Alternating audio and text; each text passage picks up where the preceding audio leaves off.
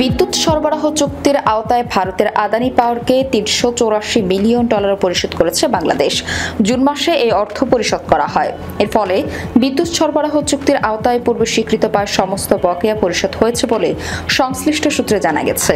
খবর দ্য হিন্দু সূত্র বলছে, শুক্রবার পর্যন্ত মোট $437 মিলিয়ন প্রতিশ্রুতির মধ্যে $384 মিলিয়ন পরিশোধ করা হয়েছে।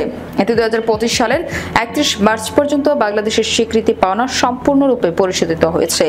চলতি মাস শেষে বাকি অর্থ পরিশোধ হলে আদানি পাওয়ারের দাবিকৃত মোট পাওনা $500 মিলিয়ন আশেপাশে নেমে আসবে। 2017 সালে করা চুক্তি অনুযায়ী ভারতের ঝাড়খণ্ডের গোড্ডা বিদ্যুৎ কেন্দ্র থেকে উৎপাদিত 100% বিদ্যুৎ 25 বছরের জন্য বাংলাদেশের রপ্তানি করার কথা। তবে আর্থিক জটিলতার কারণে বাংলাদেশ ধারাবাহিকভাবে পরিশোধে ব্যর্থ হওয়ায় 2024 সালের নভেম্বরে আদানি বিদ্যুৎ সরবরাহ অর্ধেক নামিয়ে আনে। এবছর মার্চে বাংলাদেশ নিয়মিত বার্ষিক পরিশোধ শুরু করলে 1600 মেগাওয়াট সম্পূর্ণ বিদ্যুৎ সরবরাহ পুনরায় চালু হয়।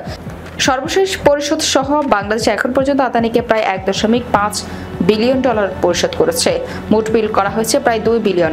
সূত্র অনুযায়ী নির্ধারিত সময়মত অর্থ পরিশোধ অব্যাহত থাকলে জানুয়ারি থেকে জুন পর্যন্ত বিলম্ব ফি বাবদ $20 মিলিয়ন পর্যন্ত ছাড় দেওয়ার কথা জানিয়েছে আদানি। শেখ হাসিনা সরকার সময় করা 2017 সালের চুক্তিটি নিয়ে 2024 সালের সরকার পরিবর্তনের পর ব্যাপক সমালোচনা শুরু হয়। অন্তর্বর্তী সরকারের নেতৃত্বে ডক্টর ইউনূস এই চুক্তির নতুন করে পর্যালোচনা উদ্যোগ নেন।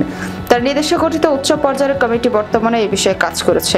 চুক্তি অনুযায়ী ভারতের ঝাড়খণ্ডের গোড্ডায় অবস্থিত আদানি পাওয়ার কয়লা ভিত্তিক বিদ্যুৎ কেন্দ্র থেকে উৎপাদিত 100% বিদ্যুৎ 25 বছরের জন্য বাংলাদেশ সরবরাহ করার কথা।